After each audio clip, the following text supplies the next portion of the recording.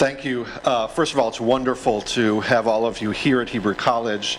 It's a thrill to gather together such important early childhood educators. Boker Tov, good morning. I want to just acknowledge Rachel's leadership in the Jewish community. She's really been a champion of early childhood education, both here at Hebrew College and in the broader Jewish community in Boston and beyond. And she really deserves a great thank you from all of us for her hard work and her persistence in making early childhood education a focus of all of our attention. And I include myself. And in fact, I wanted to share with you a thought from this week's Torah portion, which is very much a result of the influence of Rachel and others here at Hebrew College on my own thinking about early childhood education. Because I spent 20 years working in high schools as a high school teacher and leader. And even though I had my own children, and they were early at one stage, that has never been the focus of my own attention as a teacher. But I've come to really appreciate the significance, and Rabbi Dr. Michael Shire, the dean of our Shulman School, has also very much focused on early childhood education, godly play. So I wanted to share you the following thought. Our rabbinic tradition depicts God in many different ways in the Midrashim, in the rabbinic interpretations of Torah, of Scripture. One of the ways in which the rabbis thought of God was as a teacher. And there are a whole set of interpretations in which God appears in the rabbinic mind as a teacher. Many of them around Mount Sinai and the whole giving of the Torah, where God kind of models what it is to be a teacher. But the question is, what kind of teacher is he? So as a high school teacher, I always thought he was a high school teacher. You know, we always project, right? So in this week's Torah portion, there is an interesting image of God that I want to share with you. And most people don't focus on it. But in the story about Hagar and Ishmael, you remember Abraham has to send out Hagar and Ishmael because Sarah is upset and wants kind of exclusive attention. And in that passage, it's chapter 21 of Genesis, there is an unbelievable phrase about God's relationship to Ishmael. And the question is, how old is Ishmael when he's sent out with Hagar into the desert? What do people think? How old was Ishmael in your imagination? An infant? 13? 5? Yeah. So there's actually a bit of controversy about this. It's a controversy within the Jewish tradition. It's actually a controversy between Judaism and Islam at different points of history. But if you look at the chronology of the biblical narrative, many Jewish commentators throughout the ages assume that Ishmael is about 16, because he was circumcised at the age of 13, right, which is where the Islamic tradition gets that custom. And this happens afterwards, after Isaac is born, which occurs several years after the circumcision. So many Jewish commentators, seeing this all as one chronology, say he's about 16 years old. Here's the problem. If you look at the text says that Abraham gave Hagar bread and water and put it on her shoulder. And then it says, and the child. And the easiest understanding of that verse is that Abraham put the bread and water on Hagar's shoulder and put the child on her shoulder.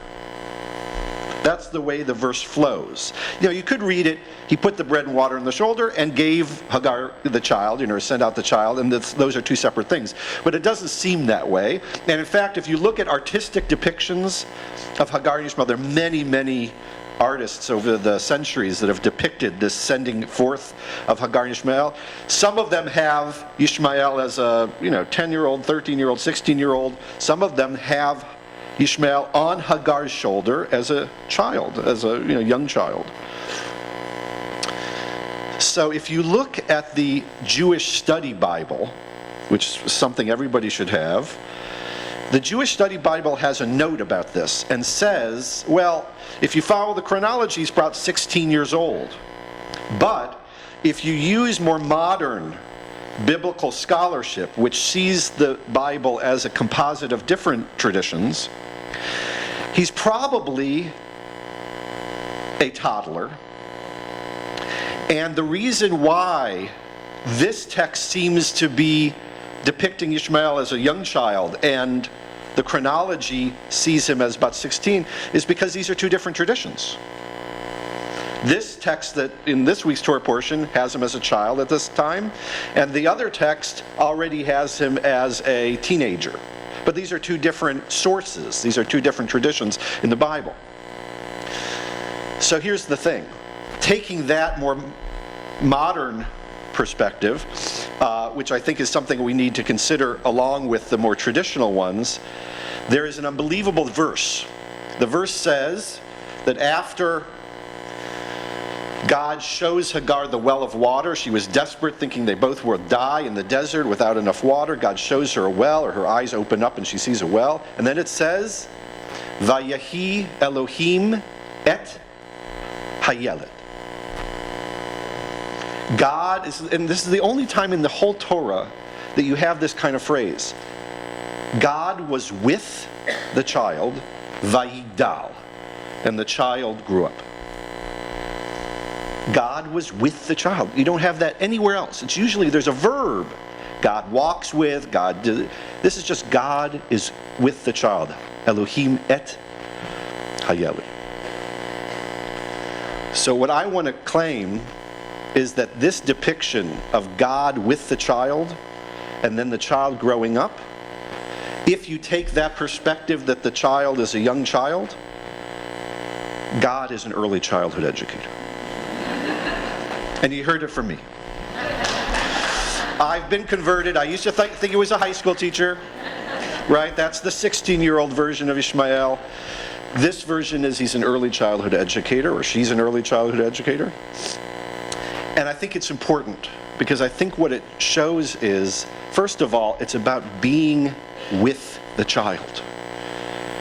And being with the child as the child grows up. That idea of being with, I think early childhood educators get more than anybody else. When I was a high school teacher, I tried, but I wasn't as gifted at being with, because that wasn't my training. I was gifted at teaching and handing over and helping people get knowledge, but not being with. And that being with is a spiritual vocation. And what I want to say to all of you is that literally you're doing God's work. To be with the children and to help them grow. To help them grow up at that very important stage in their life. That is how God is depicted in this week's Torah portion. And we need to be able to see ourselves as doing the most sacred work there is to do, which is to provide that kind of nurturing, that kind of stimulation, both intellectually and spiritually, at this incredible important stage in people's lives. And in that sense, I just want to commend all of you for your commitment, your creativity, and your devotion to our children. And I want you all to leave this conference really appreciating the godly aspect, the divine aspect of the hard work and the dedication that you all demonstrate. So thank you very much. Enjoy the rest of the conference. It's wonderful to be with you.